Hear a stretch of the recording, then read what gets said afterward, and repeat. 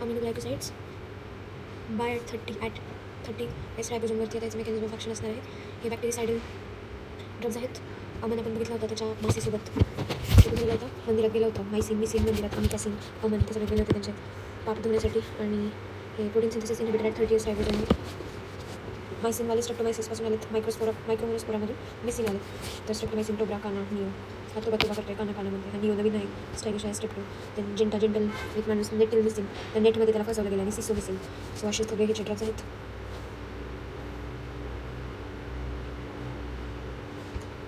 बॅक्टेरियामध्ये जायचं आहे तर ग्राम निगेटिव्ह बॅक्टेरिया, त्याच्यामध्ये की 2 सेल वॉल आहेत, एक आउटर वॉल, पेरिप्लाझ्मिक स्पेस, मग सेल मेम्ब्रेन आणि रायबोझोम फॅक्टर 30 आणि 50 असं बाईंड असतं ते. आणि अमिनोग्लायकोसाइड्स वॉल पोरिन चॅनलमधून आले पॅसिव्ह डिफ्युजनने.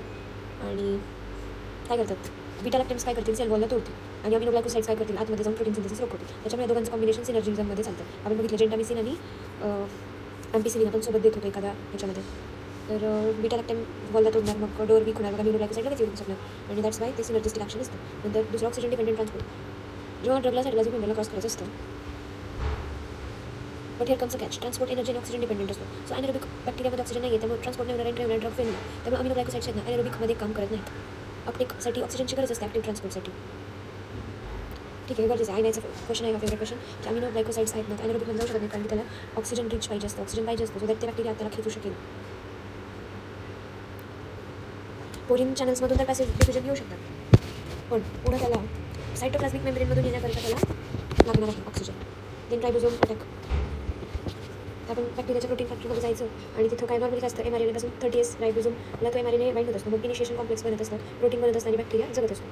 पण अमिनोग्लायकोसाइड काय करणार, प्रोटीन सिंथेसिस नाही करणार. हे अमिनोग्लायकोसाइड 30 एस रायबोझोमला बाईंड होणार, नंतर इनिशिएशन कॉम्प्लेक्स फॉर्मेशन नाही करणार, इनिशिएशन नाही तर प्रोटीन सिंथेसिस नाही, जेणेकरून की mRNAचं मिसरिडिंग होणार, म्हणजे रॉंग अमिनो ॲसिड इन्सर्ट होणार. बॅक्टेरिया मग गार्बेज प्रोटीन बनणार आणि पॉलिझोम्स जे आहेत हे तुटणार, मोनोझोम्समध्ये प्रोटीन फॅक्टरी कोलॅप्स होणार. त्याच्यामुळे लोक बॅक्टेरिसाइडल आहेत आणि बॅक्टेरियोस्टॅटिक नाही आहेत. बॅक्टेरिसाइडल का कळलं, कारण की प्रोलिफरेटिंग बॅक्टेरियामध्ये त्याचं प्रोलिफरेशन होऊ देणार नाही, faulty proteins damaging the bacterial membrane आणि बॅक्टेरिया डाईज. बॅक्टेरिसाइडल.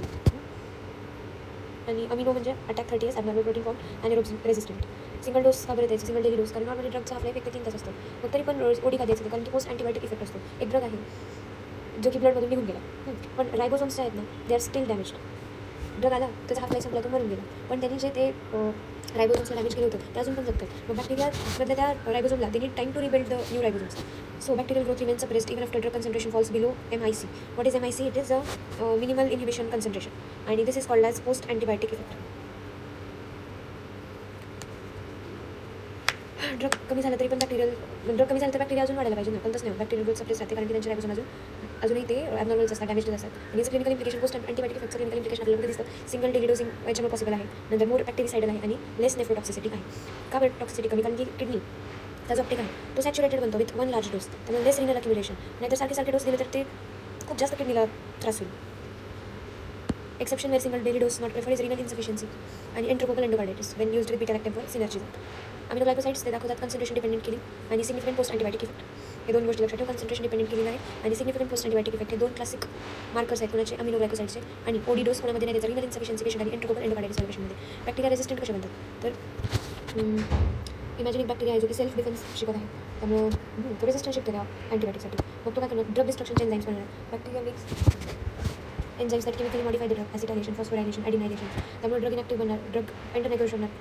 कधी एंटर नाही करू शकणार, जेव्हा की पोरिन चॅनलमध्ये म्युटेशन असेल, एंट्री नाही होणार. रायबोझोमचं टार्गेट जेव्हा बदलेल, 30 एस रिसेप्टरच ऑल्टर झालेला असेल, 30 एस रिसेप्टर ऑल्टर, तर ड्रग कॅनॉट बाइंड. तर मग आधी ते डिस्ट्रॉय करायचं, त्याला ॲसिटायलेशन, फॉस्फोरायलेशन, ॲडिनायलेशन, त्याला इनॅक्टिव्ह करायचं. तर त्याची एंट्री नाही होऊ द्यायची. कशी एंट्री नाही होऊ द्यायची, तर पॉईंट म्युटेशन, पोरिन म्युटेशनमुळे त्याचं एंट्री नाही होऊ द्यायची. आणि जो रिसेप्टर आहे ना जिथं तो बाइंड करणार होता 30 एस रायबोझोमवरती, तर त्या रिसेप्टरला मॉडिफाय करायचं. तर pharmacokinetics, absorption, distribution, metabolism, excretion. Absorption very poor कोणामध्ये, ओरली, का, कारण की ड्रग हायली पोलर असतो अमिनोग्लायकोसाइड्स आणि बेसिक असतो आणि तो मेम्ब्रेनला क्रॉस नाही करत. सो युजली IVIM टॉपिकल देतो. त्याचं डिस्ट्रिब्युशन पुअर CSF पेनिट्रेशन आहे, इंट्रॉक्युलर पेनिट्रेशन पण नाही आहे. मेटाबॉलिझम ऑलमोस्ट नन, म्हणजे ते कसं जसं आलं तसंच जाईल ते काम करून. एक्सक्रेशन, किडनी बायोग्लोब्युलर फिल्ट्रेशन, किडनी डिसीज झाला मग ड्रग अक्युमुलेट होणार, टॉक्सिसिटी होणार, देअरफॉर डोस ॲडजस्टमेंट गरजेचं असतं. Excretion is proportional to creatinine clearance.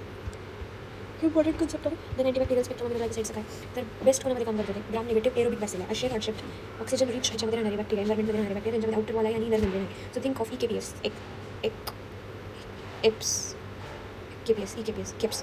म्हणजे क्लेप्सिला, इकोलाय, सुडोमोनास, प्रोटियस आणि शिगेला. ऑल्सो एंट्रोकोक काय, एंट्रोबॅक्टर बेसिलामध्ये काम करतो.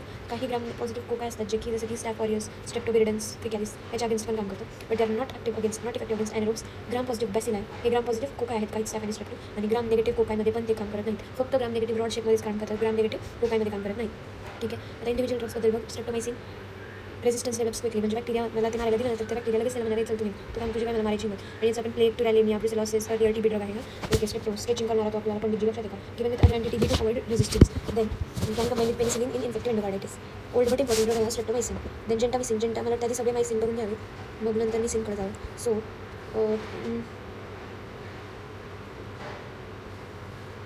आय थिंक हे जे फ्लो त्यांनी सांगितलं आहे तो बरोबर आहे. याच फ्लो दिसायला हवं.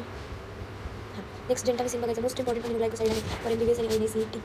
जेंटामिसिन युजली यूज विथ दुसऱ्या अँटीबायोटिक सोबत यूज करतो आपण त्याला. सेप्टिसिमियामध्ये पेनिसिलिन सोबत यूज करतो. मेट्रोनिडाझोल्स आणि जेंटामिसिन आपण पहिली इन्फेक्शनमध्ये देतो. जेंटामिसिन एम्पिसिलिन सेफ्ट्रॅक्झोनच्या UTIमध्ये देतो. नंतर टिकारसिलिन आणि जेंटामिसिन सुडोमोनासमध्ये देतो. आणि जेंटामिसिन आणि वॅन्कोमायसिन आपण एंट्रोकोकल एंडोकार्डायटिसमध्ये देतो. एंट्रोकोकल एंडोकार्डायटिस. आता वॅन्कोमायसिन आहे म्हणजे कोणावरती काम करत असतं, पॉझिटिव्हवरती काम करत असतं आपण. आणि जेंटामिसिन आहे म्हणल्यावर का देतो या ठिकाणी जेंटामिसिन बघून घेते. Topical use I drop cream for burn आणि ऊन. नॉट युजफुल इन पस बिकॉज प्युरंट एक्झिबिट. आता जेंटामिसिन असा जेंटलाइज हो की ना पस असेल ना तर त्याला इनॅक्टिव्ह करतो. तर most common used aminoglycoside is gentamicin. Sisomicin हा जेंटामिसिन सारखाच आहे, मोर इफेक्टिव्ह अगेन्स्ट सुडोमोनास आणि beta haemolytic streptococci. Pseudomonas beta haemolytic streptococci. ठीक आहे. But clinically no major advantage of sisomicin. Aminoglycosides bactericide like this Svedberg इनहिबिटरमध्ये जिथे आपण रायबोझोमच्या छोट्या पार्टमध्ये त्याला ऑक्सिजन लागतं ट्रान्सपोर्टसाठी, त्यामुळे ॲनारोब्समध्ये इफेक्टिव्ह आहेत. कन्सन्ट्रेशन डिपेंडेंट किलिंग करतात ते. पोस्ट अँटीबायोटिक इफेक्ट दाखवतात कारण की अजूनही बॉडीमधले बॅक्टेरियामधले रायबोझोम डॅमेज असतात, ते प्रोटीन सिंथेसिस करू शकत नाहीत. Then mainly active against gram negative aerobic bacilli. Gentamicin most common use आहे. Amikacin resistant to inactivating enzymes.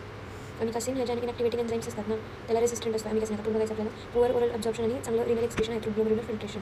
Next प्रश्न काय की अमिनोग्लायकोसाइड्स इनइफेक्टिव्ह अगेन्स्ट ॲनारोब्स काय? ॲनारोब्समध्ये ऑक्सिजन नाही आहे आणि अमिनोग्लायकोसाइड्स ऑक्सिजन लागतं त्या बॅक्टेरियाच्या मध्ये जायला.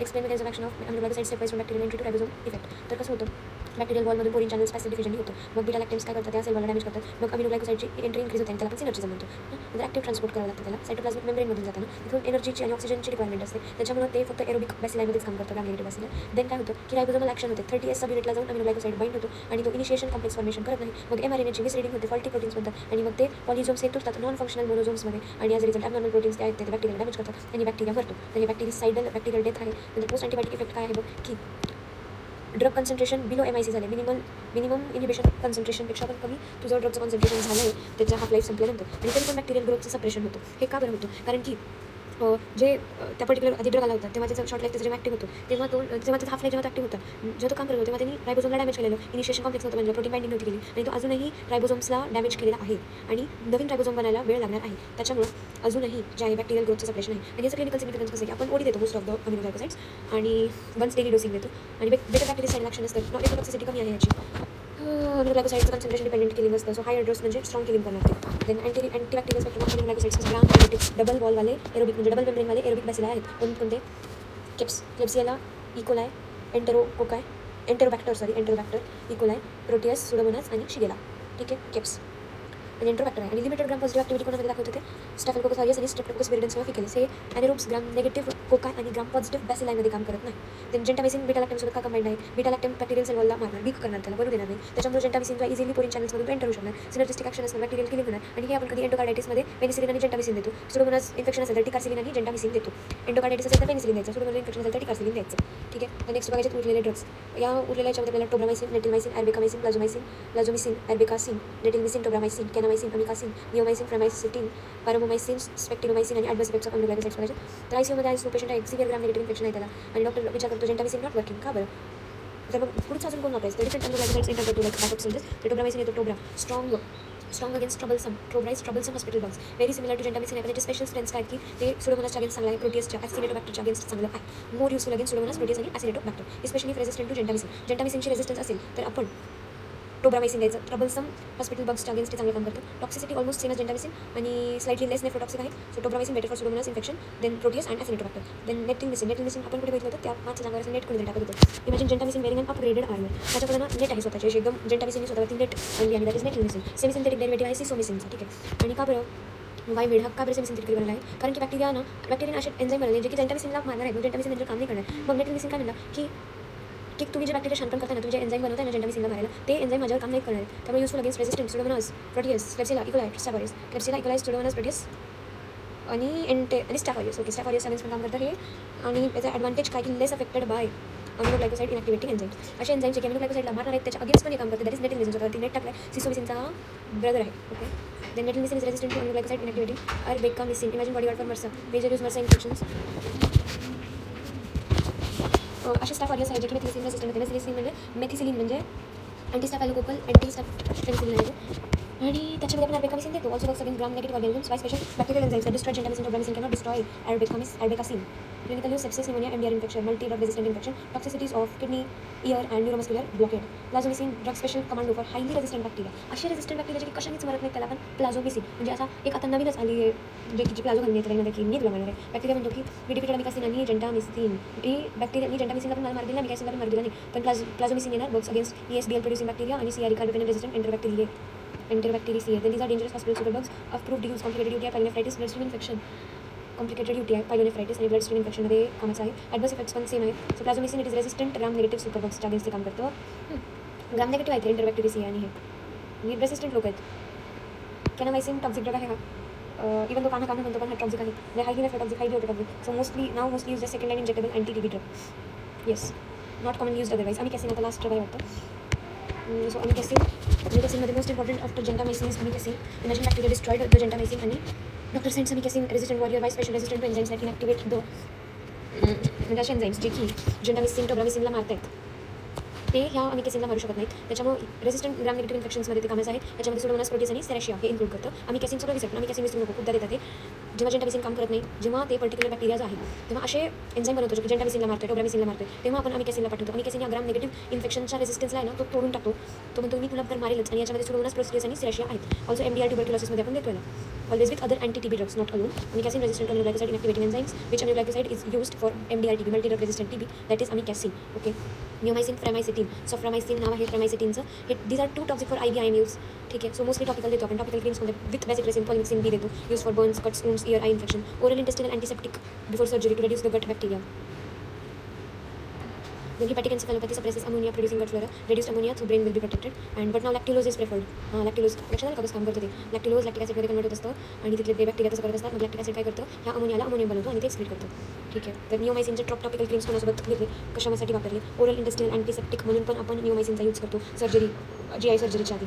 देन हेपॅटिक एन्सेफॅलोपॅथीमध्ये सुद्धा निओमायसिनचा यूज करतो पण आता लॅक्टिलोज जास्त प्रेफर्ड आहे. देन फ्रामायसिटिन किंवा सॉफ्रामायसिन त्याला आपण skin ointment, eye drop, otitis एक्सटर्नलमध्ये देतो. Neomycin is too toxic for systemic use त्यामुळे आपण त्याला टॉपिकल ओरली देत असतो.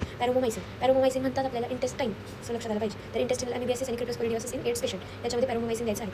पॅरोमोमायसिन always remember intestinal amoebiasis and cryptosporidiosis in AIDS patient. Chronic water diarrhoea होतो एड्समध्ये आणि त्यावेळेस क्रिप्टोस्पोरिडियमचा इन्फेक्शन असेल आणि तेव्हा आपण पॅरोमोमायसिन द्यायचं. स्पेक्टिनोमायसिन हे अल्टरनेटिव्ह ट्रीटमेंट आहे गोनोरियामध्ये इन पेनिसिलिन. आता पेशंट आहे गोनोरिया झाला, पेनिसिलिनची ॲलर्जी आहे त्याला, पेनिसिलिन नाही देऊ शकत, मग अल्टरनेटिव्ह ड्रग आहे स्पेक्टिनोमायसिन. स्पेक्टॅक्युलर ड्रग आहे, अल्टरनेटिव्ह म्हणून काम करते. सिंगल इंट्रामस्क्युलर डोस दिला, टॉक्सिसिटी माइल्ड आहे, नेफ्रोटॉक्सिक कमी आहे.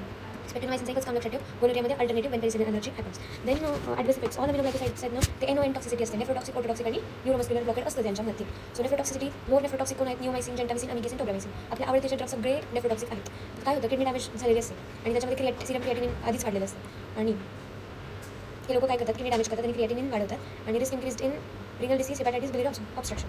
रिनल डिसीज झाला, हेपॅटायटिस आहे, बायली ऑब्स्ट्रक्शन आहे, त्यावेळेस या नेफ्रोटॉक्सिसिटीचा रिस्क अजून वाढलेला असतं. Drugs that worsen the nephrotoxicity, vancomycin, amphotericin B, then polymyxin B, cisplatin, cyclosporin, loop diuretics, furosemide, हे सगळे नेफ्रोटॉक्सिसिटी करणारे ड्रग्स आहेत. ते अजून खराब करणार. म्हणजे आधी तर आपल्या अमिनोग्लायकोसाइड, निओमायसिन, जेंटामिसिन, अमिकॅसिन, टोब्रामिसिन पण करणार आहेत, पण त्याच्यासोबत हे vancomycin, amphotericin B, polymyxin B, cilastatin, cisplatin, cyclosporin, loop diuretics.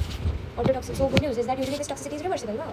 Autotoxicity aminoglycosides damage the 8th cranial nerve, that is which vestibular cochlear nerve. आणि तिथं वेस्टिब्युलर टॉक्सिसिटी आणि कॉक्लियर टॉक्सिसिटी दोन प्रकारचे होतात. वेस्टिब्युलरमुळे vertigo attacks, loss of balance होतो. Streptomycin, gentamicin सोबत जास्त होत असतं ऑटोटॉक्सिसिटी आणि कॉक्लियर टॉक्सिसिटीमध्ये हिअरिंग लॉस आणि टिनिटस होत असतं आणि that is more with neomycin आणि अमिकॅसिन. आणि tobramycin causes both vertigo, imbalance आणि hearing loss, tinnitus, often irreversible. Nephrotoxicity was reversible but this ototoxicity is irreversible आणि it is made worse with वॅन्कोमायसिन आणि फ्युरोसेमाइड. Neuromuscular blockage स्ट्रेप्टोमायसिन specially करतात आणि block the neuromuscular junction, मग कसं होणार असं stiff internal body. It is dangerous in myasthenia gravis and the treatment is IV calcium gluconate and intramuscular neostigmine, the antimuscarinic drug. Indirect anticholinesterase बघून घे, neostigmine आहे सगळं. So gentamicin, tobramycin, amikacin, netilmicin. Gentamicin most common, tobramycin is for troublesome bacteria, that is the Pseudomonas. Amikacin is for resistant infection, MDR-TB. अमिकॅसिनला विसरू नकोस. Then netilmicin is for resistant to inactive enzymes. Then neomycin is topical. Paromomycin, amoebiasis. Spectinomycin, gonorrhea. Spectacular. Then streptomycin, plague and TB. Which amikacin preferred in gentamicin resistant infection. Why amikacin?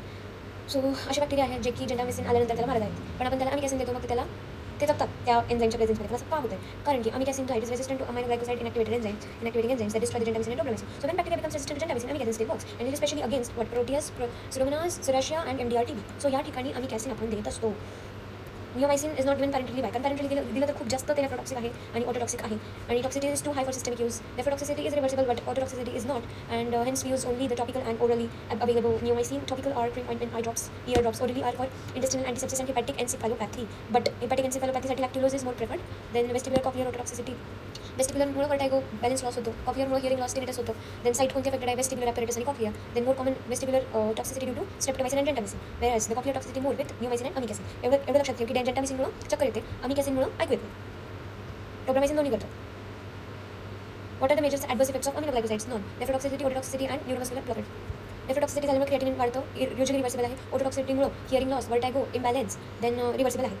Neuromuscular blockade specially with streptomycin होत असतं, more dangerous नायस्थेनिया ग्रेव्हिस. त्या ठिकाणी आपण calcium ग्लुकोनेट देतो आणि neostigmine देतो. Which aminoglycoside are use in MDR-TB, that is amikacin. आणि resistant ग्राम negative इन्फेक्शनमध्ये आपण कोणता देतो, अमिकॅसिन आणि कॅनामायसिन देतो. कॅनामायसिन हे सेकंड लाईन अँटी-TB आहे, अमिकॅसिन हे MDR-TB मध्ये देतो. रेसिस्टंट ग्राम निगेटिव्ह इन्फेक्शनमध्ये आपण काय देतो, अमिकॅसिन, टोब्रामायसिन, नेटिलमायसिन, प्लाझोमिसिन. प्लाझोमिसिन तुम्ही सगळीकडे आता तुम्ही माती खाली आता मी तुम्हाला मारणार आहे. That is ESBL SCRE सुपरबॉक्स. आणि टोब्रामायसिन इज स्पेशली फॉर सुडोमोनास. आणि नेटिलमिसिन इट इज फॉर वॉट, नेटिलमिसिन एकदा बघून घे.